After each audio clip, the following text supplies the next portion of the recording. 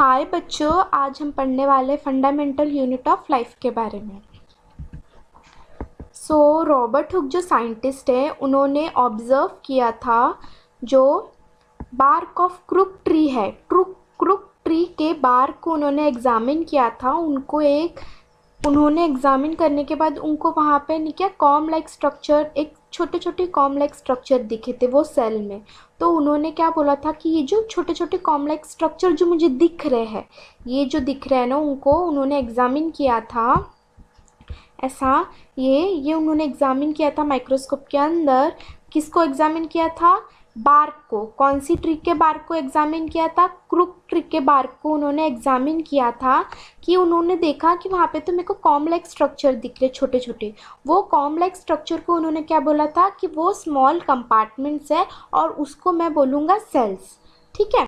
Then अब यहाँ पे आपको एक एक्टिविटी दी गई है, आप एक्टिविटी करके देखिएगा। आपको क्या लेना है? अनियन को लेना है और अनियन को फॉरसेप से लेने के बाद फॉरसेप का यूज़ करके आपको अनियन की जो एपिडर्मिस लेयर रहती है, ये जो वाली जो लेयर रहती है ना, इसको एपिडर्मिस लेयर बोलते हैं। इसको आपको यूज़ करना है, इसको आपको यूज़ करना है। ये वाली जो है ना, ये वाली, इसको आपको निकाल लेना है। ठीक है। और ये हमारा माइक्रोस्कोप है, यहाँ पे उसको स्लाइड में प्लेस करना है। थोड़ा सेफेरिन जो आपको ड्रॉप है, ये वाला जो सेफेरिन ड्रॉप है वो डालना है इसके ऊपर। और यहाँ से आपको एग्जामिन मतलब देखना है। और फिर आपको देखने के बाद ये जो सेल है वो दिखेगी। ये सेल में आपको क्या दिखेगा? वहाँ पे सेल दिखेंगे। जो मैंने बताई थी, रॉबर्ट हुक ने क्या ऑब्जर्व किया था, छोटे छोटे स्क्वायर वाले स्मॉल कंपार्टमेंट देखे थे, उसको उन्होंने क्या बोला था? सेल्स है। तो वो सेल्स में आपको न्यूक्लियस दिखेंगे और सेल्स दिखेंगे। ये देख रहे हो आप लोग, ये सेल है और उसके अंदर न्यूक्लियस है। तो अनियन को पील करने के बाद आपको अनियन में इस टाइप की सेल्स दिखेंगी। ठीक है। ये आप एक्सपेरिमेंट कर लेना। और इसी को हम क्या बोलेंगे कि ये एक स्मॉल सिमिलर स्ट्रक्चर है जो कि basic unit of onion bulb है। इसी को उन्होंने उन्होंने भी एग्जामिन किया था, और मतलब रॉबर्ट हुक ने एग्जामिन किया था। और इसको ही हम क्या बोलेंगे? यही अनियन बल्ब की लिविंग सेल है। और क्या है? Unit of basic unit of जो लाइफ है अनियन बल्ब में, वो सेल क्या है? ये वाली सेल्स है। ठीक है। सभी ऑर्गेनिजम्स क्या है? मेडअप ऑफ सेल्स ही है। ठीक है। देन अब कौन से साइंटिस्ट ने क्या क्या डिस्कवर किया था, ये आपको बहुत बहुत अच्छे से याद रखना है। रॉबर्ट हुक ने क्या डिस्कवर किया था? सेल्स के बारे में डिस्कवर किया था। लेवेनहॉक ने क्या डिस्कवर किया था?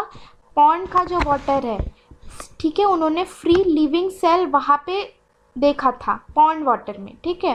देन रॉबर्ट ब्राउन जो थे, उन्होंने लिविंग न्यूक्लियस, लिविंग मतलब सेल, लिविंग सेल में उन्होंने न्यूक्लियस का डिस्कवर किया था।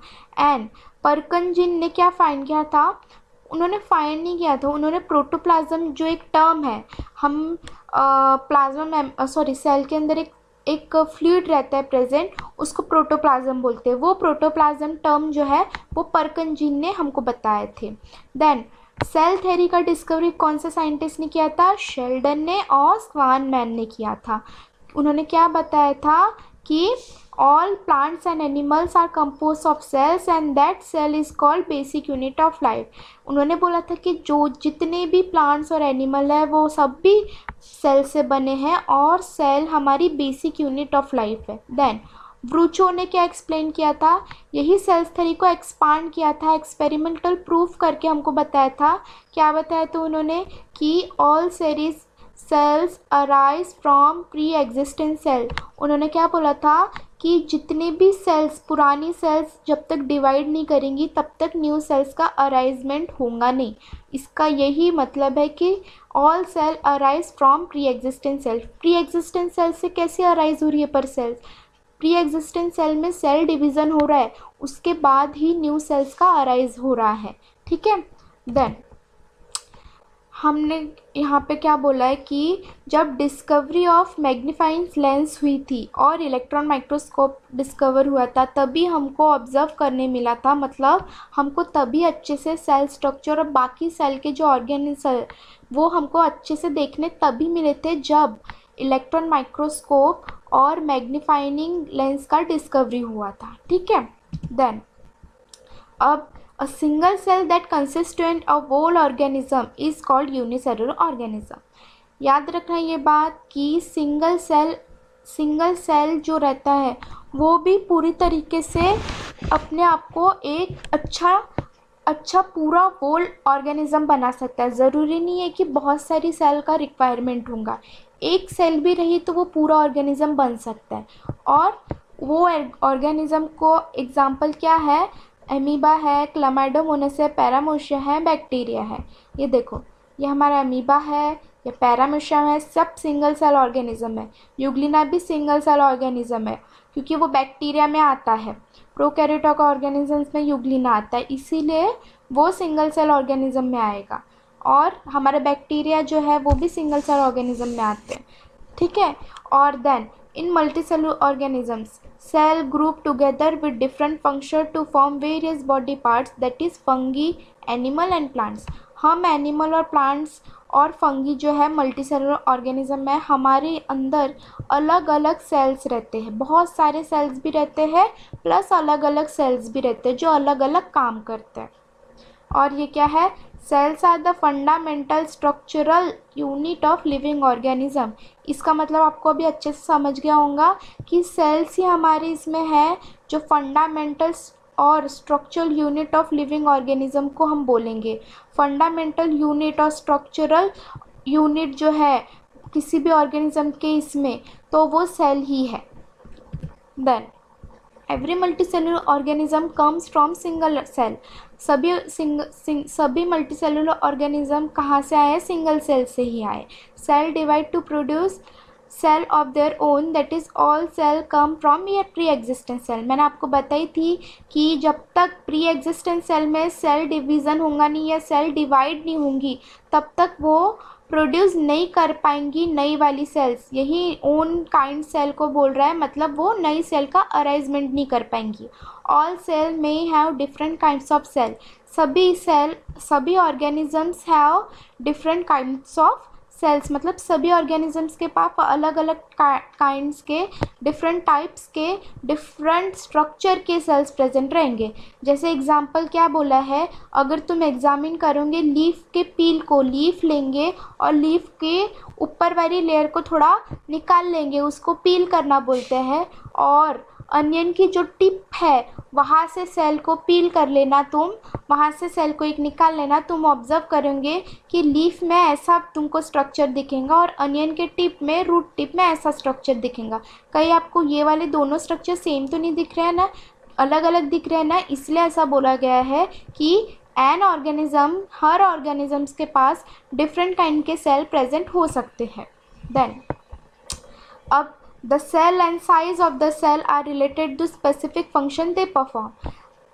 इसका मतलब ये है कि शेप और साइज़ जो सेल का रहेगा वो उसको कैसा मिल रहा है, उसके फंक्शन के हिसाब से उसको मिल रहा है, और उसके फंक्शन के हिसाब से उसको मिल रहा है तो वो वैसा परफॉर्म करेगा। जैसे some cell like amoeba can change shape. Amoeba क्या रहता है, अमीबा चेंज कर सकता है अपने शेप को, उसके पास एबिलिटी रहती है कि वो चेंज कर सके अपने शेप को। पर कुछ ऑर्गेनिजम्स के पास, कुछ सेल के पास एबिलिटी नहीं रहती है कि वो अपना सेल का स्ट्रक्चर चेंज कर सके, शेप को चेंज कर सके। तो उसका एग्जांपल क्या है, nerve cell. Then there is a division of labour in multicellular organisms. इसका मतलब क्या है, मल्टीसेलुलर ऑर्गेनिज्म में डिवीज़न ऑफ लेबर होता है। लेबर का मतलब, डिवीज़न ऑफ लेबर का मतलब है कि डिफरेंट बॉडी पार्ट्स परफॉर्म करते हैं हमारे बॉडी में डिफरेंट फंक्शन, इसीलिए वहाँ पे डिवीज़न होगा, डिवाइड होगा, कुछ डिवीज़न होगा सेल में, तभी डिफरेंट काइंड्स ऑफ सेल भी बनेंगे और डिफरेंट बॉडी पार्ट्स में वो अपना डिफरेंट टाइप का फंक्शन परफॉर्म भी कर सकेंगे। और ऐसा इम्पॉर्टेंट है कि मल्टीसेलुलर ऑर्गेनिज्म में तो होता ही है cell division, labour of cell division होता ही है, पर कुछ यूनिसेलुलर ऑर्गेनिजम्स में भी सेल जो है डिवीज़न ऑफ लेबर जो बोलते हैं वो भी होता है। कुछ सिंगल सेलुलर ऑर्गेनिजम्स में भी होता है, सिंगल सेल ऑर्गेनिजम्स में भी होता है। Then a cell is a basic unit of life performing function through its organism. अब हमको ये बात अच्छे से याद रखनी है कि सेल जो है हमारी बेसिक यूनिट ऑफ लाइफ, वो परफॉर्म करता है फंक्शन, बट उसके पास बहुत सारे ऑर्गेनिज उसके अंदर प्रेजेंट रहते, इसके कारण ही वो परफॉर्म कर पा रहा है बाकी फंक्शंस जो हमारे लाइफ के लिए इम्पॉर्टेंट फंक्शन है। सेल परफॉर्म क्यों कर पा रहा है? क्योंकि उसके पास बहुत सारे ऑर्गेनिज प्रेजेंट रहते हैं उसके लिए, इसीलिए अकेला सेल परफॉर्म नहीं कर पाएगा फंक्शन, उसके पास कुछ ऑर्गेनिज प्रेजेंट रहेंगे तभी वो कर पाएगा फंक्शन। देन उसके पास ऑल सेल के पास जितने भी सेल है उनके पास 3 फीचर्स रहेंगे, जो भी सेल रहेंगे उनके पास ये 3 फीचर्स हमेशा प्रेजेंट रहेंगे। एक क्या रहेंगी? प्लाज्मा मेम्ब्रेन, एक क्या रहेंगी? न्यूक्लियस, और क्या रहेगा? साइटोप्लाज्म। सी आउटर सेल की आउटर लेयर जो रहती है उसको प्लाज्मा मेम्ब्रेन बोलेंगे, आउटर मेम्ब्रेन जो रहती है उसको, और सेल के अंदर जो रहता है उसको न्यूक्लियस बोलेंगे, और सेल के अंदर जो लिक्विड ट्रांसपेरेंट लिक्विड प्रेजेंट रहता है उसको साइटोप्लाज्म बोलेंगे।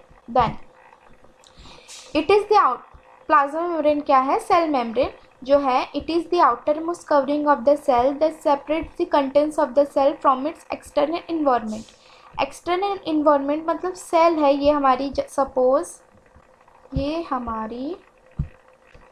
हमारी सेल है, ठीक है, ये सेल है हमारी, और सेल की ये वाली जो लाइन दिख रही है आपको अभी, ये वाली जो लाइन दिख रही है उसको हम क्या बोलेंगे? Plasma membrane. क्यों बोलेंगे प्लाज्मा मेम्ब्रेन? क्योंकि वो सेल को आउटसाइड ऑफ द इन्वायरमेंट से प्रोटेक्ट कर रही है, सेपरेट कर रही है, अलग कर रही है आउटसाइड इन्वायरमेंट से, इसलिए उसको हम क्या बोलेंगे? प्लाज्मा मेम्ब्रेन बोलेंगे। ठीक है, वो प्रोटेक्ट कर रही है आउटसाइड ऑफ द इन्वायरमेंट से, किसको? सेल को। देन इट अलाउ और prevents the movement of material in and out of the cell. Plasma membrane का काम क्या रहता है? वो अंदर जाने देती है कुछ मटेरियल को, कुछ सब्सटेंस को, कुछ को अंदर कुछ को वो बाहर जाने देती है, कुछ सब्सटेंस को, और कुछ को वो अंदर आने देती है, कुछ ही को, ना ही सभी सब्सटेंस को वो आने नहीं दे रही है, किसी को आने दे रही, किसी को जाने दे रही है, इसलिए हम ऐसी मेम्ब्रेन को क्या बोलेंगे? Selective permeable membrane. ठीक है। Then some substance like CO2 or O2 move across the cell membrane by process called diffusion। कुछ सब्सटेंस जैसे कि CO2 है और ऑक्सीजन है, वो सेल मेम्ब्रेन में अपना मतलब सेल मेम्ब्रेन से क्रॉस कैसे करते हैं, वो अंदर और बाहर अपना मूवमेंट कैसा करते हैं? डिफ्यूज़न के कारण कर रहे हैं। कैसे कर रहे हैं? क्योंकि देखो डिफ्यूज़न कैसी प्रोसेस है? स्पॉन्टेनियस प्रोसेस है। स्पॉन्टेनियस का मतलब क्या होता है? कंटिन्यूस मूवमेंट होता है उसमें। ठीक है, डिफ्यूज़न में कंटिन्यूस मूवमेंट होता है सब्सटेंस का। कहाँ से होता है? हायर कॉन्सेंट्रेशन से लोअर कॉन्सेंट्रेशन की तरफ होता है। अब ये एग्जांपल देखो, ये हमारी प्लाज्मा मेम्ब्रेन है। ठीक है, प्लाज्मा मेम्ब्रेन में क्या हो रहा है? अभी यहाँ पे डिफ्यूज़न कैसे होगा? डिफ्यूज़न क्या बोलते हैं? मैं तो हायर कॉन्सेंट्रेशन से लोअर कॉन्सेंट्रेशन की तरफ जाऊँगा। मतलब यहाँ पे बहुत ज़्यादा हाई कॉन्सेंट्रेशन कभी CO2 का है, तो यहाँ पे CO2 का कभी यहाँ पे इधर साइड देखो, यहाँ पे CO2 का कॉन्सेंट्रेशन बहुत कम है, तो ये क्या बोलेगा? अभी ऑक्सीजन CO2 मैं अब हाई से लो की तरफ जा रहा हूँ, यहाँ से वो हाई से लो की तरफ जा रहा हूँ। सेम O2 भी क्या करेगा? सेम O2 भी बोलेगा कि यहाँ पे तो O2 ज़्यादा है और यहाँ पे अंदर कम है, तो अभी मैं कैसे करूँगा? हायर से लोअर की तरफ जाऊँगा। ठीक है, जो भी सब्सटेंस जैसे CO2 ऑक्सीजन कैसा मूवमेंट कर रहा है अपना सेल मेम्ब्रेन के अक्रॉस? डिफ्यूज़न के कारण कर रहा है। ठीक है। देन अब है वाटर के बारे में क्या बोलेंगे? वाटर जो है ओबे करता है लॉ ऑफ डिफ्यूज़न, पर वो कैसा कर रहा है? लॉ ऑफ डिफ्यूज़न को ओबे मतलब फॉलो कैसा कर रहा है? डिफ्यूज़न ऑफ लॉ को कैसा कर रहा है? देखो, the movement of water molecule through selective permeable membrane is called osmosis. अभी देखो, जो भी एयर वाले सब्सटेंस है, जो कि गैस वाले सब्सटेंस है, सॉरी एयर नहीं, गैस वाले जो भी सब्सटेंस रहेंगे वो डिफ्यूज़न जो प्रोसेस है उसको फॉलो अप करेंगे। बट जहाँ पे लिक्विड आ गया, लिक्विड माने वाटर आ गया, वाटर बोलेगा मैं डिफ्यूज़न तो नहीं करूँगा, डिफ्यूज़न का जो लो है वैसे ही करूँगा, जैसे हाई से लो की तरफ ही जाऊँगा, हायर कॉन्सेंट्रेशन से लो कॉन्सेंट्रेशन में जाऊँगा, पर उस प्रोसेस को मैं क्या बोलूँगा, ऑस्मोसिस बोलूँगा। ऑस्मोसिस में क्या होता है, लिक्विड का फ्लो होता है, इसीलिए हम क्या बोलेंगे कि लिक्विड में जब फ्लो अप होता है तो वो क्या बोलता है, हायर कॉन्सेंट्रेशन से लोअर कॉन्सेंट्रेशन में जाऊँगा। अब यहाँ पे कैसा हो रहा है देखो, यहाँ पे क्या हो रहा है, यहाँ पे हाई कॉन्सेंट्रेशन वाटर की, यहाँ पे हाई कॉन्सेंट्रेशन है, ठीक है। अब मैं एक बात बता रही हूँ, ध्यान से सुनना ये वाला ऑस्मोसिस के बारे में। यहाँ पे हाई कॉन्सेंट्रेशन वाटर की है और यहाँ पे हाई कॉन्सेंट्रेशन सॉल्यूट की है। याद रखना, ये सॉल्ट जो है हमारा सॉल्यूट है और वाटर जो है हमारा सॉल्वेंट है। यहाँ पे ये वाली, इसमें यहाँ पे हायर कॉन्सेंट्रेशन सॉल्यूट का हो गया है और यहाँ पे लो कॉन्सेंट्रेशन सॉल्यूट का क्यों है, यहाँ पे सॉल्यूट के पार्टिकल्स कम है। अब इसमें क्या होगा, ऑस्मोसिस कैसा करेगा, जहाँ पे सॉल्यूट ज़्यादा रहेगा ना, तो सॉल्यूट ज़्यादा रहेगा ना, तो वाटर क्या बोलेगा, जहाँ पे सॉल्यूट ज़्यादा है मैं वाटर बोलेगा मैं तो उधर ही जाऊँगा।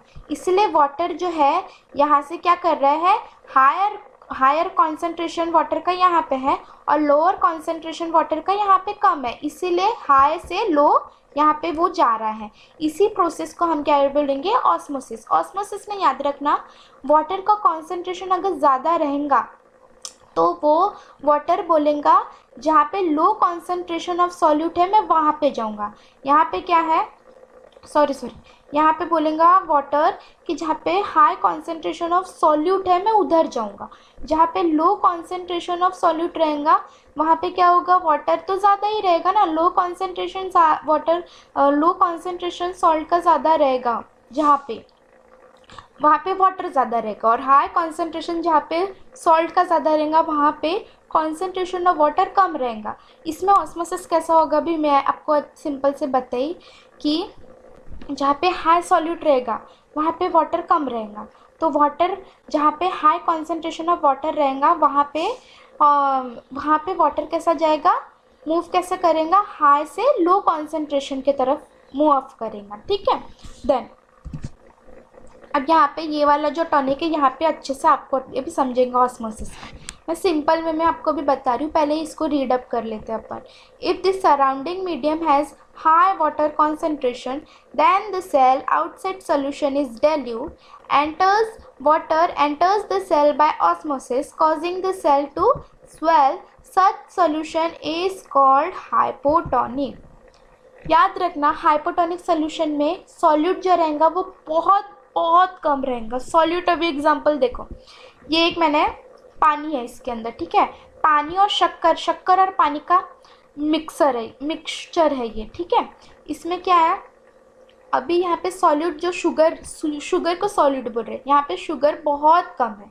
ये वाला जो मिक्सचर है इसमें सॉल्यूट जो है हमारा शुगर वो बहुत कम है, इसीलिए अभी इसमें अगर एक आध हम सेल डाल दिए, जैसे इसमें इन्होंने आरबीसी सेल डाल दिया, अब यहाँ पे तुमको दिख रहा है वाटर का कॉन्सेंट्रेशन सेल के बाहर बहुत ज़्यादा है। यहाँ पे क्यों ज़्यादा है, क्योंकि सॉल्यूट जो हमारा शुगर है उसका कॉन्सेंट्रेशन कम है अभी, तो अभी वो क्या बोलेगा, सेल के अंदर तो वाटर का कॉन्सेंट्रेशन लो है ना, और बाहर सेल के बाहर वाटर का कॉन्सेंट्रेशन ज़्यादा है, तो वाटर बोलेगा सेल के अंदर लो कॉन्सेंट्रेशन है, तो मैं अब फ्लो कैसे करूँगा, हाई वाले से लो के तरफ फ्लो कर रहे हैं। इस सोल्यूशन को बोलेंगे हाइपोटोनिक सोल्यूशन। जिस सोल्यूशन में वाटर का कॉन्सेंट्रेशन ज़्यादा रहता है और सॉल्यूट का कॉन्सेंट्रेशन कम रहता है, इसमें सेल जो है वहाँ पे सेल के अंदर क्या होगा, वाटर कैसे करेगा, हाई कॉन्सेंट्रेशन से लो कॉन्सेंट्रेशन के अंदर फ्लो अप कर रहा है। उसी प्रोसेस को हम क्या बोलेंगे, ऑस्मोसिस। और इस हाइपोटोनिक सोल्यूशन में जो सेल हमारा रहेगा वो फूल जाएगा, क्योंकि सेल के अंदर तो लो कॉन्सेंट्रेशन था और सेल के बाहर वाटर का कॉन्सेंट्रेशन ज़्यादा था, बस सॉल्यूट का कॉन्सेंट्रेशन कम था। इसीलिए हमारे सेल के अंदर वाटर का जो कॉन्सेंट्रेशन है वो फ्लो अप करके अंदर की तरफ जाएगा, लो कॉन्सेंट्रेशन की तरफ, हाई से लो की तरफ जाएगा, इसीलिए हमारी सेल फूल जाएंगी। इसमें जब सेल फूल जाएंगी उसको हम बोलेंगे हाइपोटोनिक। देन आइसोटोनिक में क्या होगा, सेम सॉल्यूट भी सेम, वाटर भी सेम, तो हमारी सेल क्या रहेंगी, बरोबर रहेंगी। सॉरी, ना ज़्यादा फूलेगी ना ज़्यादा श्रिंक होंगी। श्रिंक होना मतलब सिकुड़ जाना। देन अभी ये वाला जो सोल्यूशन है, ये वाले सोल्यूशन में देखना, हाइपरटोनिक सोल्यूशन में क्या बोलेंगे, हाइपरटोनिक में ज़्यादा सॉल्यूट रहेंगे। सॉल्यूट माने सॉल्ट, जैसे शुगर, शुगर पकड़ लो, सॉल्ट पकड़ लो, शुगर और सॉल्ट का पानी रहेगा, उसमें हम शुगर को ज़्यादा डाल देंगे। अभी सॉल्ट को नहीं, शुगर वाला और वाटर वाला, शुगर और पानी को ले लिया हमने, ठीक है। शुगर और हमने पानी में बहुत बहुत बहुत शुगर डाल दिया, बहुत शुगर डाल दिया। अभी शुगर ज़्यादा डालेंगे तो हमारे इसमें वाटर का कॉन्सेंट्रेशन लो हो जाएगा, क्योंकि शुगर ज़्यादा है। शुगर को क्या बोलेंगे हम, सॉल्यूट। सॉल्यूट का कॉन्सेंट्रेशन ज़्यादा है और सॉल्वेंट हमारा जो वाटर है, सॉल्वेंट वो बहुत लो है।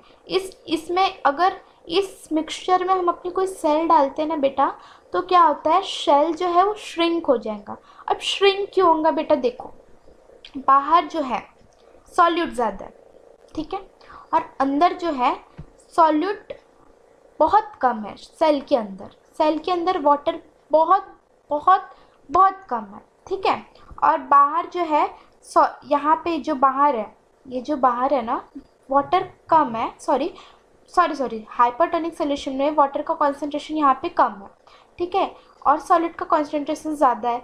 तो यहाँ पे क्या होगा, बाहर वाटर कम रहेगा और सेल के अंदर वाटर ठीक रहेगा, ठीक ठाक रहेगा, ठीक है। वो जैसे ही हम सेल को डालेंगे ना, सेल को लगेगा यार बाहर तो सॉल्यूट ज़्यादा है और बाहर वाटर का कॉन्सेंट्रेशन कम है, सेल के अंदर तो हाई कॉन्सेंट्रेशन रहेगा और इसके अंदर क्या रहेगा, लो कॉन्सेंट्रेशन रहेगा।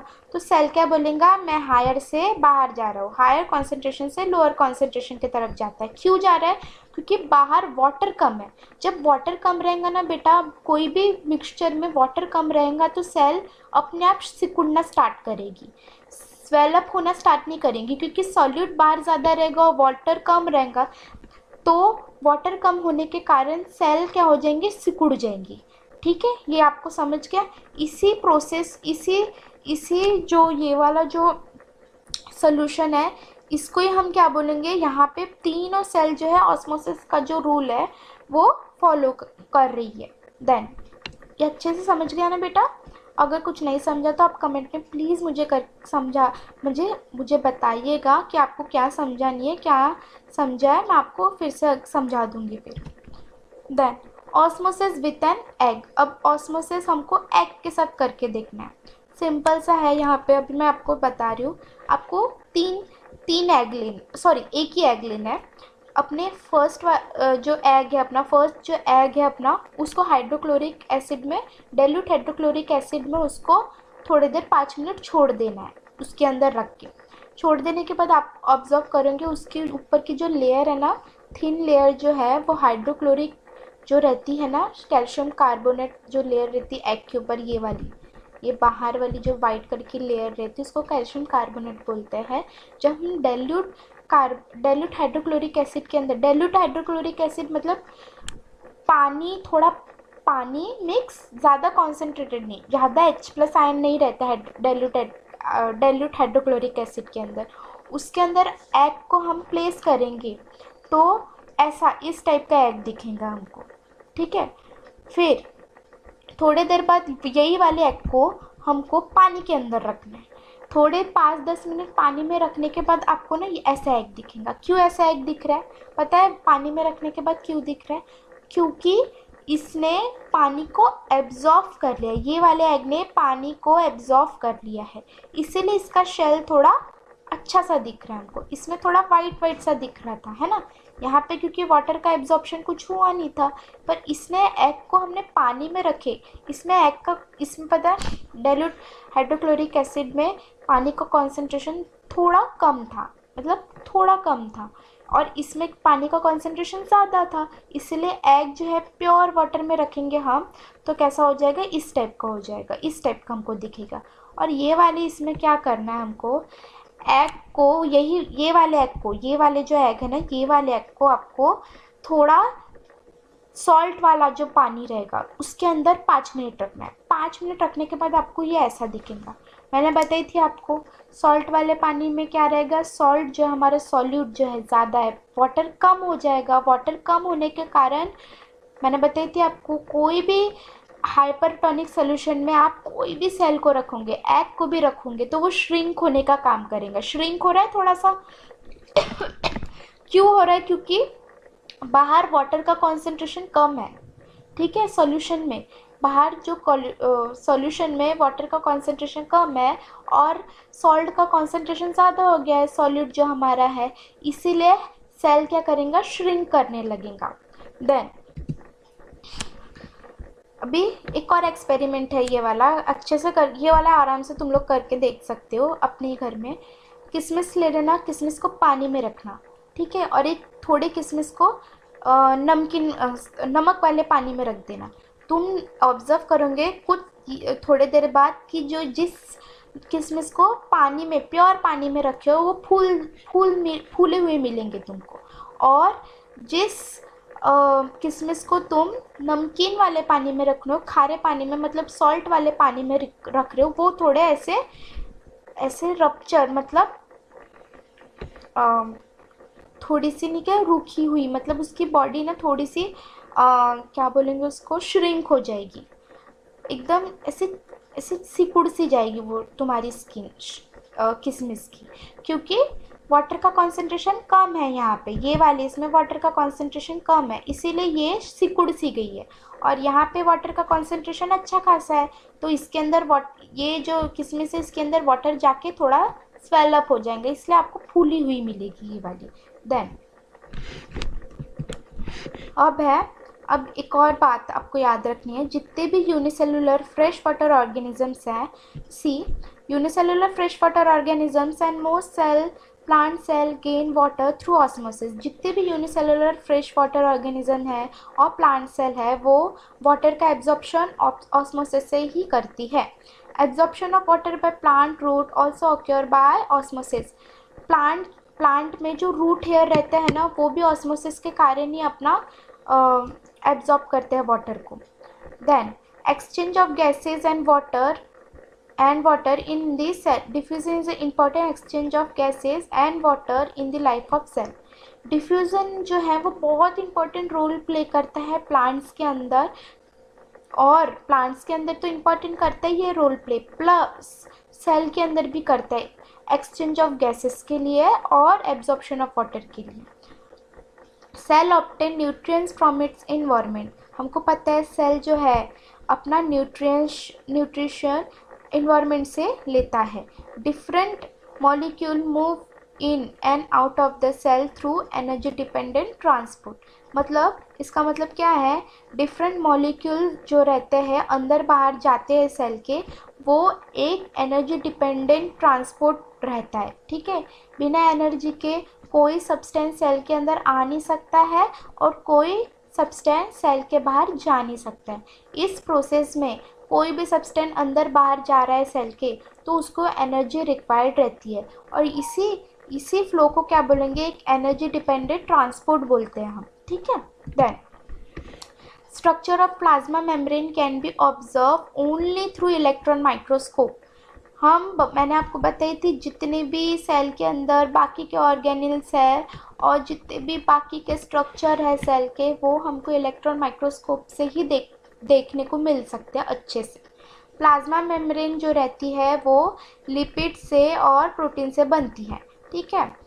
Flexibility of the cell membrane enables the cell to engulf in food and other material from surrounding, it is called endocytosis. अब ये वाली प्रोसेस देखो, ये क्या है, अमीबा है, ठीक है। अमीबा क्या करता है, अमीबा के पास न्यूक्लियस प्रेजेंट रहता है, अमीबा का ये फूड है। अब अमीबा को खाना है वो फूड को, तो वो क्या करता है, अपना थोड़ा सा मुंह ऐसा अपनी जो उसका स्ट्रक्चर है ना, उसको ऐसा स्ट्रक्चर में कन्वर्ट करता है। ऐसे स्ट्रक्चर को कन्वर्ट करने के बाद उसको क्या बोलेंगे हम, सूडोपोडिया है वो, फॉल्स। सूडो का मतलब होता है फॉल्स, ऐसा वो बना देता है स्ट्रक्चर, फिर उसको एंगल्फ कर लेता है, यहाँ से पूरा बंद कर लेता है, ठीक है, ऐसे पूरा बंद कर लेता है। उसके बाद वो अपना फूड अंदर ले लेता है। इसी प्रोसेस को, ये पूरी जो प्रोसेस है, एंटायर प्रोसेस को क्या बोलेंगे? एंडोसाइटोसिस बोलेंगे। ठीक है। देन सॉरी एक मिनट, देखो ये जो है ना, ये लिपिड्स है। ठीक है, मैंने बताई थी प्लाज्मा मेम्ब्रेन जो है लिपिड्स की बनी रहती है। ये लिपिड्स है हमारे। ठीक है, और इसके अंदर नहीं क्या, ऐसे प्रोटीन्स ऐसे फिट रहते हैं, ऐसे यहाँ पे ऐसा फिट रहता है। ठीक है, इसकी बनी रहती है plasma membrane. Then cell wall आ गया। अभी हमारा जो है वो क्या आ गया? Cell wall. सेल वॉल सिर्फ और सिर्फ प्लांट सेल में ही प्रेजेंट रहती है, एनिमल सेल में सेल वॉल प्रेजेंट नहीं रहती है। ये बात अच्छे से याद रखना। अभी यहाँ पे क्या बताया गया है कि सेल वॉल, देखो सेल है और सेल की ये बीच वाली लेयर प्लाज्मा मेम्ब्रेन है और उसके बाहर आती है सेल वॉल। सेल वॉल किसकी बनी रहती है? सेल वॉल किसकी बनी रहती है? सेल्यूलोज की बनी रहती है। ठीक है, याद रखना। और वो उसका काम क्या रहता है? स्ट्रेंथ प्रोवाइड करना है, प्रोटेक्शन, अच्छी खासी प्रोटेक्शन प्लांट को देता है सेल वॉल। ठीक है। When living plant cell loses water through osmosis, मैंने बताई थी ऑस्मोसिस के कारण कभी कभी प्लांट सेल लूज कर देता है वाटर को। ठीक है, और जब सेल श्रिंक होना स्टार्ट करेगी, सिकुड़ना स्टार्ट करेंगी, ठीक है, उस प्रोसेस में प्लाज्मोलाइसिस बोलते हैं। उस प्रोसेस को प्लाज्मोलाइसिस बोलते हैं। प्लाज्मोलाइसिस कैसा हो रहा है? इसमें हाइपरटोनिक का एग्जाम्पल के जैसा समझ सकते हैं, पर इसमें क्या हो रहा है? हाइपरटोनिक सोल्यूशन में नहीं डाल रहे हैं। इसमें क्या हो रहा है? प्लांट सेल कभी कभी अभी तुम लोग डेजर्ट वाले रीजन में जाके देखोगे ना कभी कभी, तो वहाँ पे क्या होता है, वहाँ पे क्या होता है, बहुत गर्मी रहती है। बहुत गर्मी रहने के कारण सेल्स जो है ना पानी बहुत ज़्यादा लॉस कर देती है। तो वाटर ज़्यादा लॉस होगा ना बेटा, तो देखो थोड़ा थोड़ा श्रिंक करके, थोड़ा थोड़ा श्रिंक करेगा वो, ऐसे ऐसे श्रिंक करके ना उसका पानी, सेल का पानी जैसे जैसे ख़त्म होगा ना, सेल ऐसे ऐसे श्रिंक करेंगी और पूरी ऐसी इस टाइप में वो कन्वर्ट हो जाएगी। इसी पूरे प्रोसेस को प्लाज्मोलाइसिस बोलते हैं। जब प्लांट सेल में वाटर जो है ऑस्मोसिस के कारण लूज हो रहा है और तब प्लांट सेल में सेल जो है वो पूरी सिकुड़ सी गई है, उस पूरी एंटायर प्रोसेस को हम बोलेंगे प्लाज्मोलाइसिस। ठीक है। देन अब तुमको ये एक्टिविटी करनी है सेल वॉल के लिए। देखो क्या है यहाँ पे, mount a rhoeo leaf in water, peel in water on a slide. अब मैं सिंपल सा बता रही हूँ आपको क्या करना है। ये वाली रियो लीफ लेनी है आपको। ठीक है, दो रियो लीफ लेनी है। ठीक है, एक रियो लीफ को तुम कुछ भी नहीं करना है, तुमको बस वो लीफ को थोड़ा काटना है उसको, और उसके ऊपर शुगर या सॉल्ट का पानी डालना है। ठीक है, थोड़ी देर बाद तुम ऑब्जर्व करना माइक्रोस्कोप के अंदर, तो तुमको प्लाज्मोलाइसिस दिख जाएगी। ठीक है, क्यों दिखेंगे? क्योंकि शुगर और सॉल्यूट वाला पानी डालोगे, वाटर तो कम हो जाएगा। ठीक है, सॉल्यूट ज़्यादा रहेगा, शुगर या सॉल्ट ज़्यादा रहेगा, वो वाला पानी डालोगे तो पानी इसमें कम रहेगा। इसीलिए ये देखो सेल के, ये सेल वॉल है। ठीक है, सेल वॉल को चिपक के नहीं है ये सेल, श्रिंक हो गई ये सेल, क्योंकि इसने प्लाज्मोलाइसिस शो करे। क्यों शो कर रहा है? क्योंकि उसके ऊपर हमने कौन सा पानी डाला था? शुगर और सॉल्ट वाला पानी डाला था, इसीलिए यहाँ पे प्लाज्मोलाइसिस दिख गई हमको। अब दूसरी जो लीफ रहेंगी, पहली लीफ को तो तुमने ऐसा प्लाज्मोलाइसिस देख लिया उसमें, दूसरी लीफ को क्या करना है? तुमको बॉईल करना है अच्छे से बॉईल करने के बाद तुमको फिर से शुगर और सॉल्ट वाला पानी डालना है। तुमको क्या दिखेगा? वहाँ पे प्लाज्मोलाइसिस होंगी ही नहीं। पता है क्यों नहीं होगी? क्योंकि पता है हमने उसको बॉईल करा था। बॉईल करने के बाद वो सेल पूरी मर जाएगी। सेल मर जाएंगी तो वो तो कुछ काम की नहीं रहेंगी ना। जिस तरीके से थी वो सेल उसी तरीके से रहेगी, जैसी वो पहली थी वैसी ही रहेंगी। उसके ऊपर तुम शुगर का पानी डालो, सॉल्ट का पानी डालो, उसको कोई फ़र्क ही नहीं पड़ेगा। उसमें क्या होगा? कोई भी प्लाज्मोलाइसिस होगी नहीं। ठीक है, ये एकदम सिंपल सा एक्सपेरिमेंट था। ठीक है। देन सेल वॉल, अभी यहाँ पे देखो क्या बोला गया है, all living cell can absorb water through osmosis. जितनी भी लिविंग सेल्स रहती है, लिविंग सेल्स, ओके, वो एब्जॉर्ब करती है वाटर को सिर्फ और सिर्फ ऑस्मोसिस से, ठीक है। Then cell wall enables plants, fungi and bacterial cell to resist bursting in very dilute. Dilute का मतलब आया तो क्या याद रखना, हाइपोटोनिक सोल्यूशन। हाइपोटोनिक में वाटर ज़्यादा रहेगा क्या बाहर, हाँ, सॉल्यूट कम रहेगा, ठीक है, सॉल्यूट कम रहेगा ऐसे सोल्यूशन में। तो यहाँ पे क्या बोल रहा है, सेल वॉल कभी कभी क्या करती है, फंगी है, बैक्टीरिया है, प्लांट सेल है, ऐसे कभी कभी ऐसे सोल्यूशन में कभी हम डाल देते हैं किसी सेल को, तो सेल वॉल प्रोटेक्ट करती है फूटने से। कभी कभी क्या होता है, हाइपरटोनिक सोल्यूशन में जाता है सोल्यूशन कभी कभी, तो वो ज़्यादा फूल जाती है, फूलने के बाद भी वो फूटती नहीं है, फटती नहीं है। फटने का कारण क्या है, सेल वॉल। सेल वॉल उसको हेल्प करता है कि वो सेल फटे नहीं, ठीक है। कभी बहुत ज़्यादा हाइपोटोनिक सोल्यूशन में भी डाल देते हैं हम सेल को, तो वो फूटती नहीं, क्योंकि सेल वॉल के कारण वो फूटती नहीं है, बर्स्ट नहीं करती है। इन सच मीडिया सेल वॉल क्या करती है, क्यों हो रही है वो प्रोसेस देखो। The cell absorb water by osmosis, ये तो अच्छे से हमको पता है।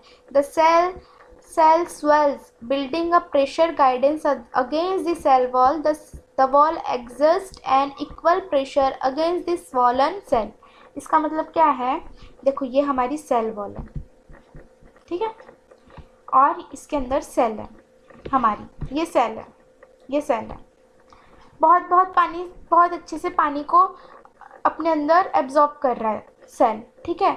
बट ये जो सेल है ना, ये प्रोटेक्ट भी करती है इसको, क्योंकि ये देखो यहाँ से तो प्रेशर लग रहा है इसको, सेल को, यहाँ से भी एक प्रेशर आता है। दोनों तरीके से प्रेशर आने के कारण सेल वॉल फूटती नहीं है, उसको इक्वल प्रेशर मिल रहा है सेल वॉल को। बाहर से तो मिल ही रहा है वाटर का, अंदर से भी मिल रहा है, इसीलिए सेल जो है वो फूटती नहीं है। इक्वल प्रेशर मिलने के कारण सेल फूटती नहीं है, बर्स्ट नहीं करती है, ठीक है। ज़्यादा हाइपोटोनिक सोल्यूशन में भी डालने के बाद भी सेल को इक्वल जब प्रेशर मिलता है तभी वो फूटती नहीं है। अगर इक्वल प्रेशर नहीं मिलेगा तो सेल फूट जाएंगी। देन न्यूक्लियस का सिंपल सा फंडा है, आपको याद रखना है। एक एक्सपेरिमेंट कर लेना आप। क्या करना है आपको, एक कोई भी कॉटन ले लेना है, कॉटन में या कोई भी कॉटन लेना है या ऐसा कोई मटेरियल लेना है, और आपको थोड़ा सा उसको अपने चिक के तरफ लाना है। चिक के तरफ लाने के बाद ना आपको वो जो भी ऐसा थोड़ा सा रब करना है चिक के पास, एरिया के पास आपको थोड़ा सा उससे वो जो भी आप कॉटन ले रहे हो या कोई भी आप ले रहे हो, बेटा सॉरी, आप अपने जो चिक का जो एरिया है उसको थोड़ा सा रब करना, और वो जो भी निकलेगा ना आपके रब करने के बाद वो उसको आपको माइक्रोस्कोप के अंदर देखना है। आप देखोगे ना उसको, तो आपको इस टाइप के स्ट्रक्चर दिखेंगे। तो आपको क्या ऑब्जर्व करने मिल रहा है, वहाँ पे जो सेल्स आपने अपने चिक के पास के जो सेल्स निकाले ना, वो सेल्स निकालने के बाद आपको पता है, सभी सेल्स निकालने के बाद आप ऑब्जर्व करना माइक्रोस्कोप के अंदर, आपको ऐसे स्ट्रक्चर दिखेंगे, ब्लू वाले स्ट्रक्चर दिखेंगे। और ब्लू वाले के स्ट्रक्चर के अंदर ये वाला जो पॉइंटेड वाला ये वाला जो स्ट्रक्चर है, इसी को हम क्या बोलेंगे, न्यूक्लियस। वो न्यूक्लियस को आप ऑब्जर्व करना, वो न्यूक्लियस के अंदर क्या क्या रहता है अभी आपको मैं बता रही हूँ, ठीक है। देखो न्यूक्लियस के अंदर क्या क्या रहता है, पहले फर्स्ट ऑफ ऑल न्यूक्लियस का स्ट्रक्चर देख लेंगे हम। Nucleus double membrane bound structure रहता है, ठीक है, डबल लेयर रहता है, क्योंकि उसके पास आउटर लेयर जो रहती है न्यूक्लियस की उसको न्यूक्लियर मेम्ब्रेन बोलेंगे, और उसके पास पोर्स रहते हैं, इट हैज़ पोर्स क्यों रहते हैं न्यूक्लियर मेम्ब्रेन के पास, क्यों रहते हैं, क्योंकि न्यूक्लियस के अंदर जो भी मटेरियल होगा वो न्यूक्लियस से निकल के न्यूक्लियर मेम्ब्रेन को पार करके साइटोप्लाज्म के अंदर कुछ सब्सटेंस पास करना होगा न्यूक्लियस को, इसीलिए न्यूक्लियर मेम्ब्रेन के पास न्यूक्लियर पोर्स रहते हैं। Then inside the nucleus are chromoplast. Nucleus के अंदर क्या रहता है, क्रोमोप्लास्ट रहता है। They are visible as rod shape structure when the cell is not divided. Sorry when the cell is about to divided, क्या बोल रहा है, हमारे जो न्यूक्लियस है उसके अंदर क्रोमोसोम प्रेजेंट रहता है, ठीक है, वो क्रोमोसोम प्रेजेंट रहता है, बट वो क्रोमोसोम हमको कब दिखता है रॉड शेप स्ट्रक्चर का, जब सेल डिवीज़न के जस्ट पहले, सेल डिवीज़न का मतलब सेल डिवाइड होने के जस्ट पहले हमको रॉड शेप स्ट्रक्चर दिखेगा क्रोमोसोम का, ठीक है। Chromosome carry information for inheritance of substance in a form of DNA, that is deoxyribonucleic acid।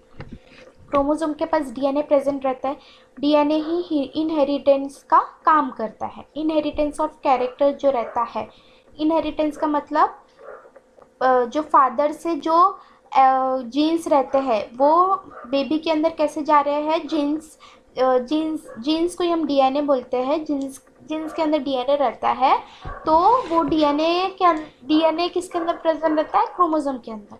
So chromosome कैसे जा रहे हैं, डीएनए के थ्रू, ठीक है। देन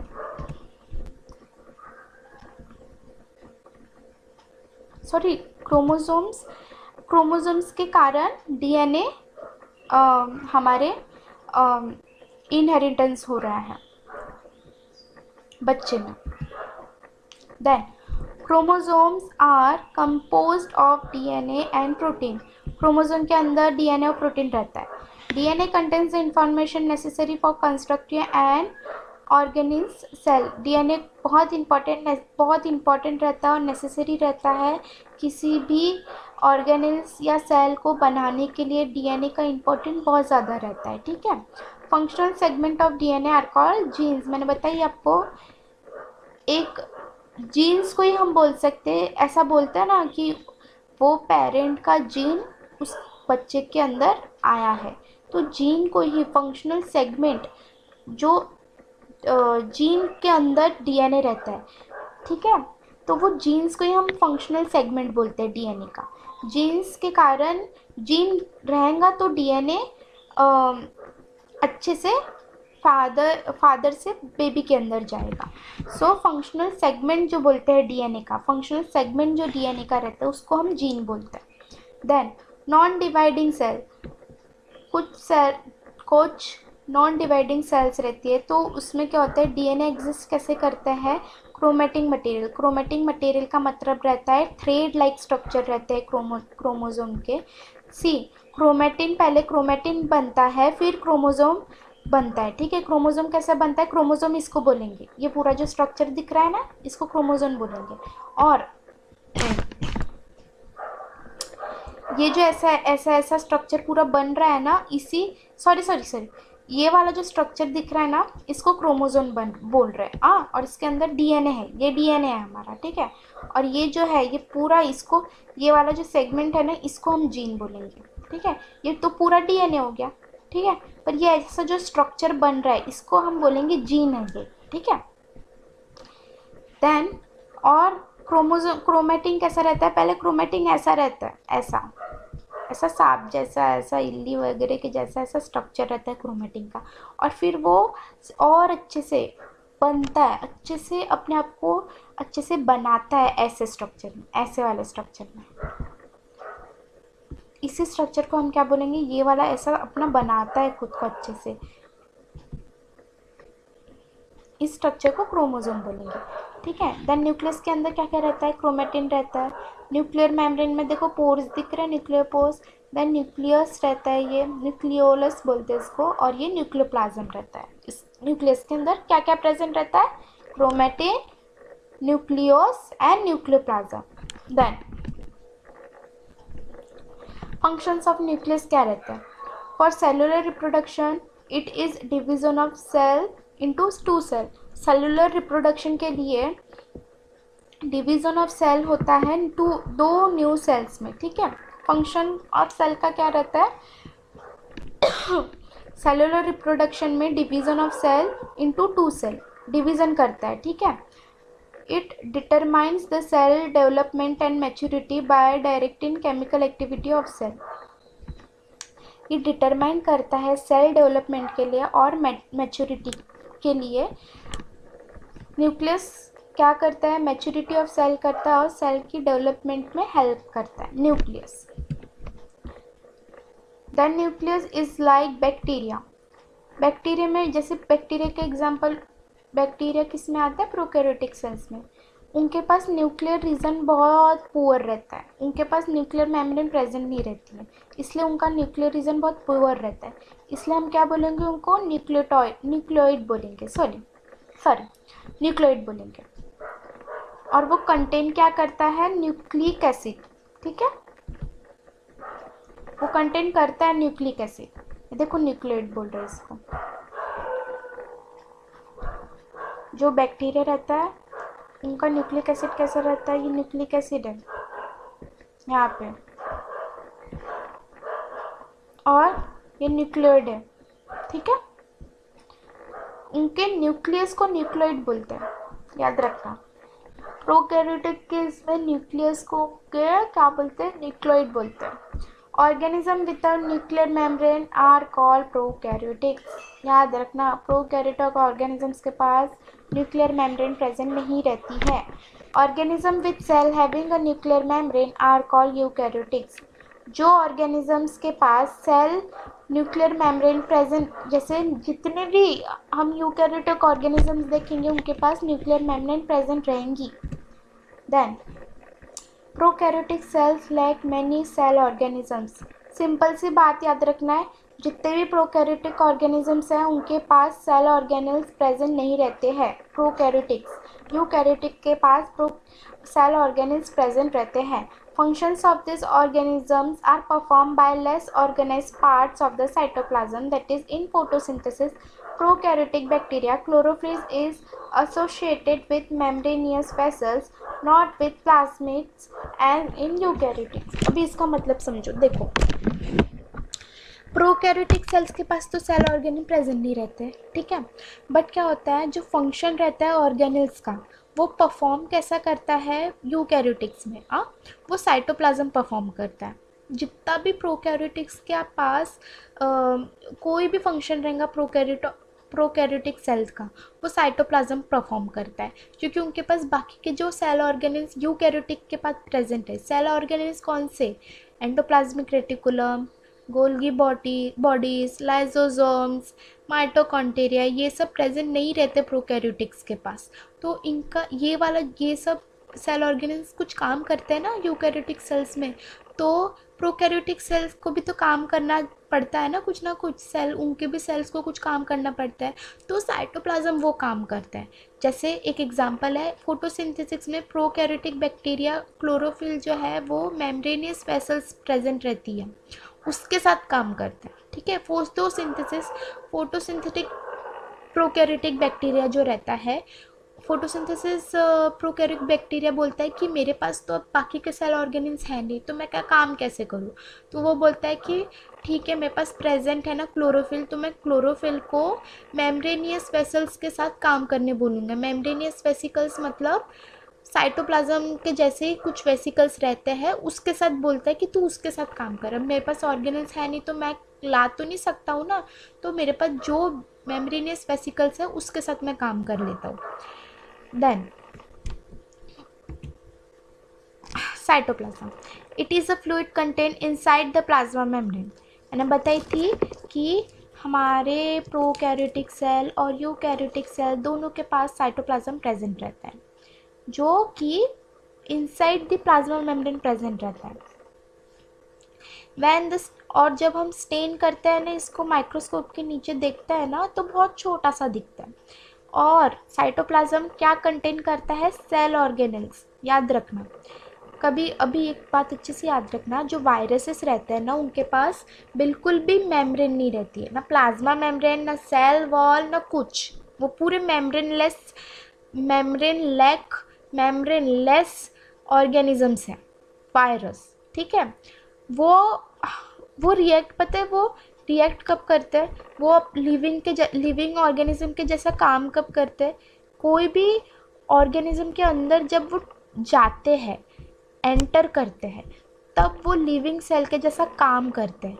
और लिविंग सेल के जैसा काम कैसे करते हैं, वो सेल के अंदर एंटर होने के बाद, किसी भी ऑर्गेनिज्म के अंदर एंटर होने के बाद वहाँ पे जाके अपना मल्टीप्लाई करते हैं, मतलब सेल डिवीज़न अपना जो भी रहता है उनका, वो मल्टीप्लाई करते हैं सेल्स को, और वो सेल को अपना होस्ट, जो होस्ट जिसके अंदर एंटर कर रहे हैं उसको होस्ट बोलेंगे, और वो होस्ट सेल को वो अपना सेल बना लेता है, और अपना सेल बनाने के बाद वो पूरा कब्जा कर लेता है वो सेल के ऊपर, और पूरे अपने हिसाब से उस सेल को फिर क्या करता है, मॉनिटर करता है, काम करने बोलता है उसको। बट कब वायरस काम करेगा, जब वो लिविंग सेल के अंदर जाएगा तभी वो काम करेगा। कब? और वायरस बाहर, किसी भी ऑर्गेनिज्म के बाहर वायरस जो है वो नॉन लिविंग ऑर्गेनिज्म के जैसा काम करेगा, और वो जब किसी सेल के अंदर एंटर होगा तभी उसको हम बोलेंगे वो लिविंग सेल है। जब वो किसी सेल के अंदर एंटर हो रहा है तभी इस वायरस को हम बोलेंगे कि वो लिविंग सेल है। डिफरेंस देख लो, प्रोकैरियोटिक सेल कितने स्मॉल रहता है, 1 से 10 म्यू स्मॉल रहते हैं। यूकैरियोटिक सेल कैसे रहते हैं, 5 से 10 म्यू स्मॉल रहते हैं। न्यूक्लियर रीजन मैंने बताई प्रोकैरियोटिक्स में कैसे रहता है, बहुत पुअर रहता है, न्यूक्लियोइड बोलते हैं उसको, और न्यूक्लियर मेम्ब्रेन बहुत अच्छे से यूकैरियोटिक्स में प्रेजेंट रहता है। प्रोकैरियोटिक्स में सिंगल क्रोमोसोम प्रेजेंट रह सकता है, यहाँ पे बहुत सारे क्रोमोसोम प्रेजेंट रह सकते हैं यूकैरियोटिक्स में।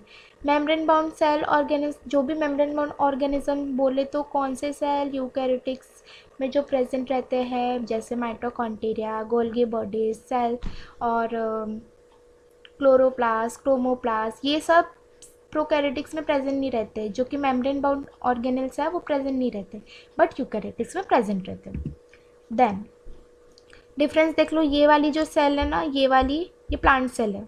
क्यों?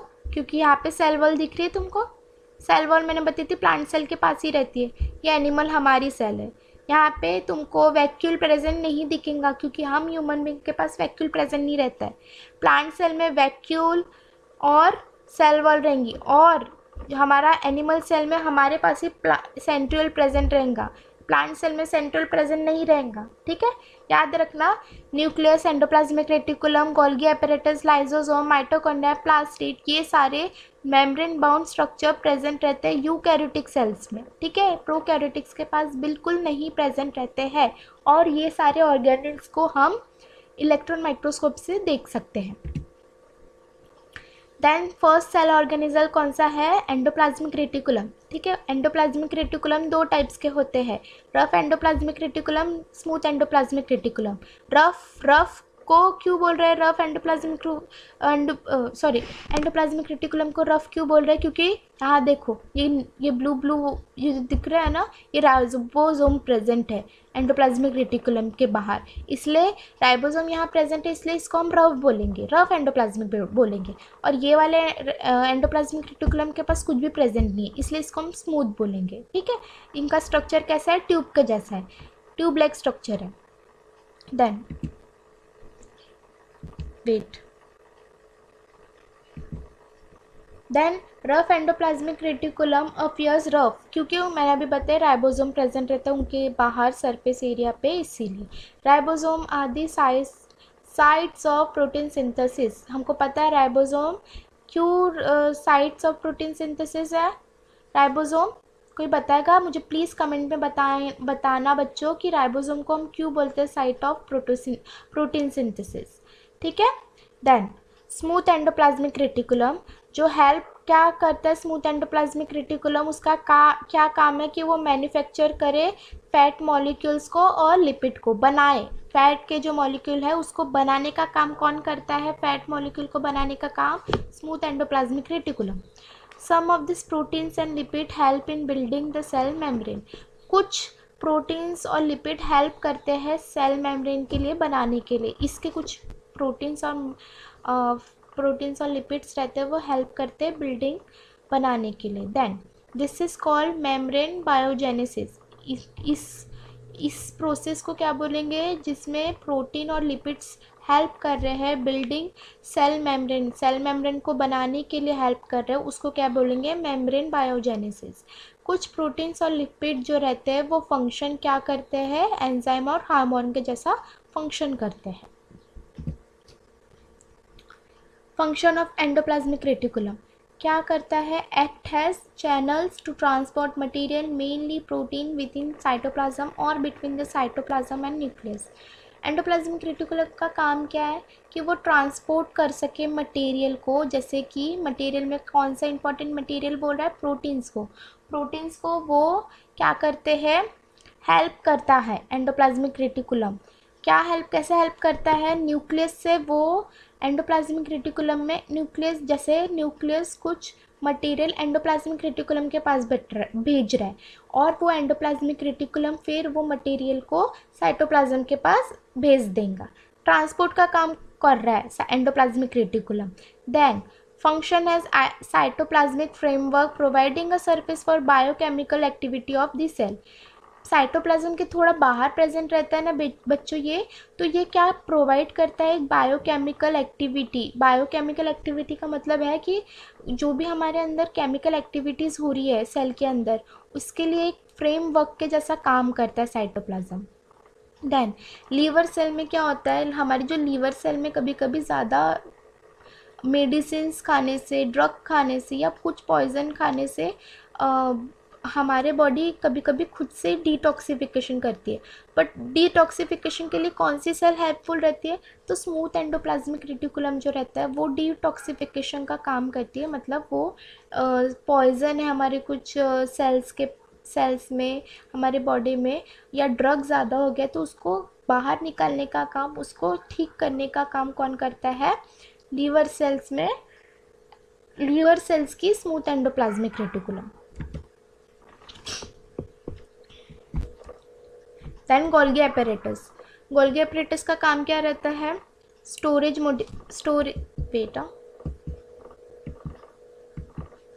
गोल्गी एपेरेटस का काम क्या रहता है कि वो पैकिंग कर सके प्रोडक्ट को और अपने वेसिकल्स के अंदर स्टोर कर सके।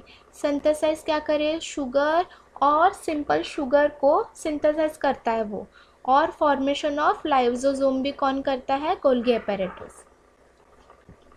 वेट, एक स्लाइड शायद मिस है यहाँ पे। देखो गोल्गी एपेरेटस का यहाँ पे बताया नहीं है, मैं आपको बता रही हूँ, यहाँ पे थोड़ा मिस है इंफॉर्मेशन। गोल्गी एपेरेटस जो है वो एकदम एंडोप्लाज्मिक रेटिकुलम के पास रहता है, ठीक है।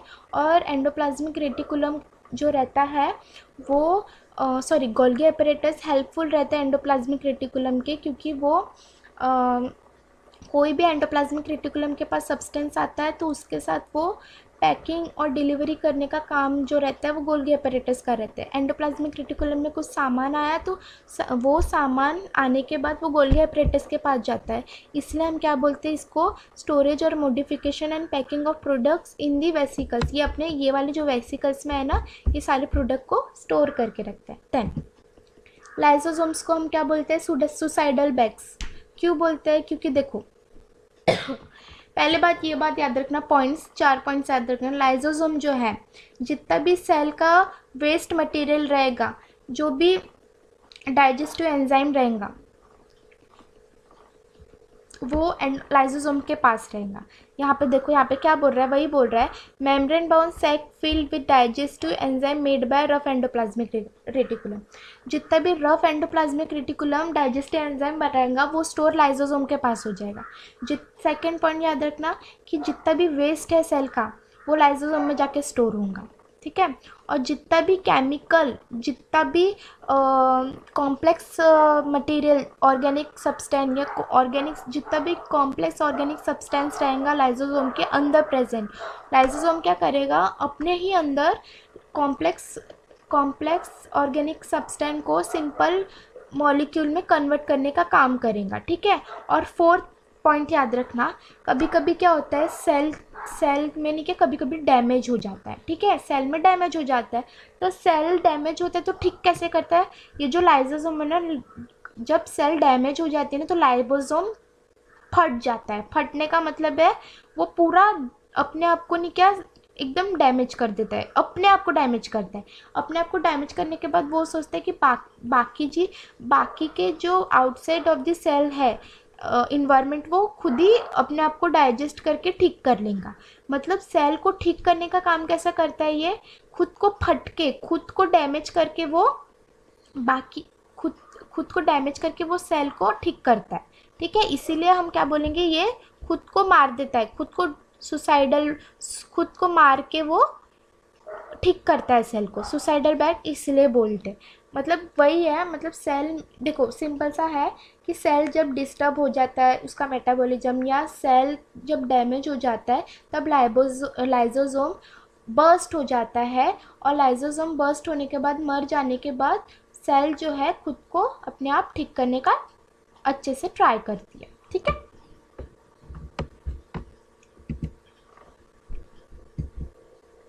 Then plastids, this are present only in plant cell. Plastic जो है एनिमल सेल में प्रेजेंट नहीं रहती है। प्लास्टिक जो है वो 2 टाइप्स की रहती है, एक 2 टाइप्स की रहती है। क्रोमोप्लास्ट रहती है, क्रोमोप्लास्ट में कलर वाले पिगमेंट्स रहते हैं, और ल्यूकोप्लास्ट में वाइट कलर इसलिए बोलते हैं क्योंकि वो कलरलेस रहती है, ठीक है। और प्लास्टिस के पास खुद का डीएनए और क्रोमोसोम प्रेजेंट रहता है, तो वो खुद ही अपना प्रोटीन बनाएंगी। खुद के पास डीएनए क्रोमोसोम है तो वो खुद का प्रोटीन बनाएंगी। ल्यूकोपास जो रहता है वो क्या करता है, स्टोर क्या करता है, स्टार्च को, ऑयल को और प्रोटीन को। ल्यूकोप्लास्ट के एग्जांपल ये वाले हैं, इसके अंदर आते हैं। ल्यूकोप्लास्ट के अंदर क्या आता है, अमाइलोप्लास्ट स्टोर करेगा स्टार्च को, एलिलोप्लास्ट स्टोर करेगा ऑयल को, और प्रोटीनोप्लास्ट स्टोर करेगा प्रोटीन्स को। Then chromoplast with the pigment chlorophyll are called chloroplast. These are essential for protein synthesis. मैंने अभी आपको बताई कि क्लोरोप्लास्ट जो है वो पिगमेंट क्या कंटेन करता है, क्लोरोफिल पिगमेंट कंटेन करता है, इसलिए उसको क्या बोलेंगे, सी क्रोमोप्लास्ट के पास क्लोरोफिल पिगमेंट रहेगा, इसलिए हम उसको बोलेंगे क्लोरोप्लास्ट। और वो ये जो क्लोरोप्लास्ट बहुत इंपॉर्टेंट रहता है फोटोसिंथेसिस के लिए। क्लोरोप्लास्ट बहुत सारे कलर के हो सकते हैं, yellow green, green yellow, yellow orange, ऐसे कलर के हो सकते हैं। क्लोरोप्लास्ट के पास मेम्ब्रेन लेयर रहता है। ये वाला जो लेयर है ना, ये वाला क्लोरोप्लास्ट का स्ट्रक्चर है। कैसा मेम्ब्रेन लेयर है, देखो ये जो है स्ट्रोमा कैसे बन रहा है, कॉइन लाइक स्ट्रक्चर दिख रहा है। ये कॉइन्स एक कॉइन का पूरा गट्ठा दिख रहा है तुमको, ये पूरे कॉइन के गट्ठे को क्या बोलेंगे हम, थाइलाकॉइड, ठीक है। और पूरा ये कॉइन का गट्ठे को थाइलाकॉइड बोलेंगे, और एक एक कॉइन को क्या बोलेंगे, ग्रैनम बोलेंगे। यहाँ पे ये एक एक कॉइन को जो अटैचमेंट हो रहा है ना, यहाँ पे ये देखो, ये वाला जो अटैचमेंट हो रहा है, ये वाला जो अटैचमेंट हो रहा है, ये वाला अटैचमेंट को स्ट्रोमा लैमिना बोलेंगे। ये अच्छे से याद रखना है आपको, ठीक है बेटा। देन दिस आर, ये वाला वैक्यूल्स मैंने आपको बताई थी। वैक्यूल सिर्फ एनिमल सेल में वैक्यूल प्रेजेंट नहीं रहता है, प्लांट सेल में ही प्रेजेंट रहता है, ठीक है। स्टोरेज सैक फॉर सॉलिड और लिक्विड कंटेंट। वैक्यूल का काम क्या रहता है, स्टोरेज कर सके सॉलिड और लिक्विड के कंटेंट्स को। एनिमल सेल्स के पास, कुछ एनिमल सेल्स के पास, ह्यूमन के पास, कुछ ह्यूमन मतलब एनिमल सेल्स के बाद प्रेजेंट रहता है वैक्यूल, बट बहुत छोटे साइज में, बट ना के बराबर ही प्रेजेंट रहता है वैक्यूल एनिमल सेल में, ऐसा बोला गया है। बट कभी कभी कुछ में प्रेजेंट रहता है। Plant cells have very large vacuole, central vacuole of, मैंने आपको बताई प्लांट के पास, प्लांट सेल में 80 to 90% जो प्लेस रहती है सेल के अंदर, प्लांट सेल के अंदर 80 to 90% सेल प्लेस जो रहती है वैक्यूल ऑक्यूपाई कर देता है, क्योंकि इतना बड़ा रहता है उनके अंदर, ठीक है। वैक्यूल के अंदर क्या प्रेजेंट रहेगा, सेल सैप प्रेजेंट रहेगा। सेल सैप का मतलब वैक्यूल के अंदर एक सेल सैप है, उसके अंदर कौन से मटेरियल प्रेजेंट रहेगा, amino acid, sugar, organic acid और प्रोटीन, ठीक है। तो याद रखना वैक्यूल के अंदर, सिंपल से याद रखना, वैक्यूल के अंदर प्लांट सेल सैप है, सेल सैप के अंदर amino acid, sugar, organic acid और प्रोटीन प्रेजेंट है, ठीक है। इन unicellular organisms like amoeba, food vacuole contain ingested food. मतलब क्या होता है, देखो कुछ ऑर्गेनिजम्स जैसे यूनिसेलुलर ऑर्गेनिज्म में आता है अपना अमीबा क्या करता है, उनके पास कुछ वैक्यूल प्रेजेंट रहते हैं, बट वो फूड वैक्यूल रहते हैं। फूड वैक्यूल क्या करते हैं, वो अमीबा क्या करते हैं, जो इंजेस्टेड फूड रहता है उनका, वो वहाँ पे स्टोर करके रखते हैं, ठीक है। Specialise vacuole in some unicellular organism helps expel excess water and waste. मतलब इसका क्या है, कुछ और यूनिसेलुलर ऑर्गेनिजम्स वैक्यूल को इसलिए अपने पास रखते हैं ताकि वो ज़्यादा एब्जॉर्ब कर सके वाटर और अपना वेस्ट को स्टोर करके रख सके, ठीक है। Then my cell division, it is a process by which new cells are made. It is needed for body growth to replace old. मैंने आपको बताई थी सेल डिवीज़न क्यों होता है. एक तो याद रखना, सेल न्यू सेल का फॉर्मेशन के लिए बहुत इंपॉर्टेंट रहता है सेल डिवीज़न. सेकंड थिंग याद रखना, सेल डिवीज़न होगा तो हमारे जो पुरानी सेल्स है, हमारे जो ओल्ड सेल्स है और इंजर्ड सेल्स है, उनको रिप्लेसमेंट के लिए सेल डिवीज़न होना बहुत इंपॉर्टेंट है. और गैमेट फॉर्मेशन के लिए भी सेल डिवीज़न होना बहुत इंपॉर्टेंट है. सेल डिवीज़न कैसे दो टाइप का होता है, एक मियोसिस होता है, एक माइटोसिस होता है.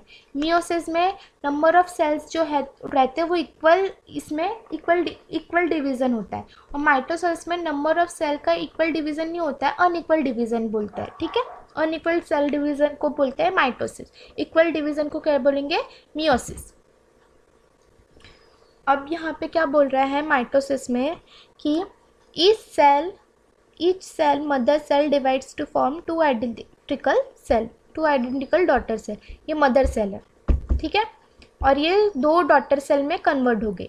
दो डॉटर सेल में कन्वर्ट होने के बाद क्या करेगी, daughter cell have same number of chromosome. याद रखना ये दो मदर सेल जब अपने दो डॉटर सेल्स को बना रही है तो वो अपने डॉटर सेल्स को इक्वल नंबर ऑफ क्रोमोसोम देंगी. प्लस क्या हेल्पफुल रहता है, वो ग्रोथ और टिश्यू रिपेयर के लिए हेल्पफुल रहता है. ठीक है, ये ऐसा सेल डिवीज़न होता है ना, तो ये बहुत हेल्पफुल रहता है ग्रोथ और टिश्यू के रिपेयर के लिए ऑर्गेनिज्म के अंदर.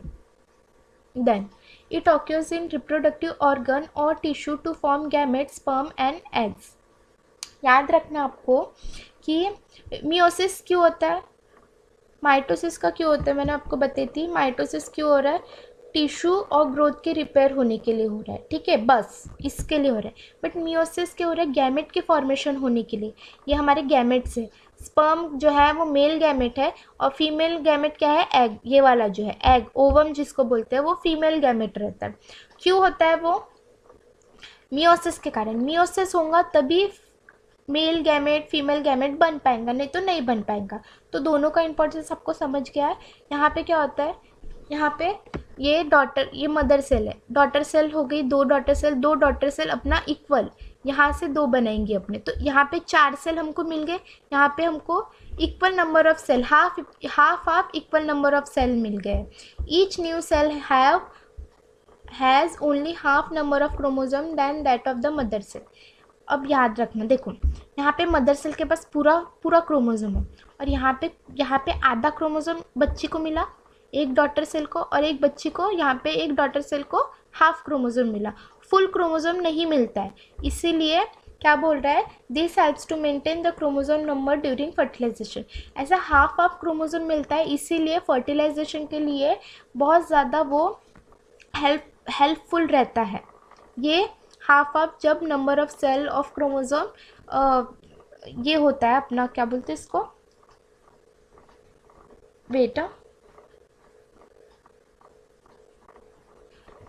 ट्रांसफ़र होता है ना मदर सेल से, डिवाइड होता है ना, मतलब ट्रांसफ़र हो रहा है डॉटर सेल में, तो हाफ में होगा तो वो मेंटेन करता है क्रोमोसोम नंबर को मेंटेन करके रखता है आगे की फर्टिलाइजेशन प्रोसेस के लिए. ठीक है बेटा, शायद माइटोकॉन्ड्रिया मैंने तुमको नहीं बताई हो.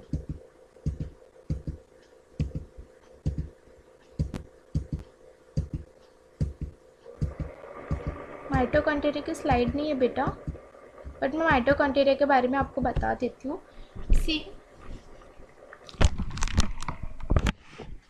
बेटा मैं माइटोकॉन्ड्रिया के बारे में यहीं पे बता देती हूँ. सी, माइटोकॉन्ड्रिया का स्ट्रक्चर यहाँ पे नहीं दिया है.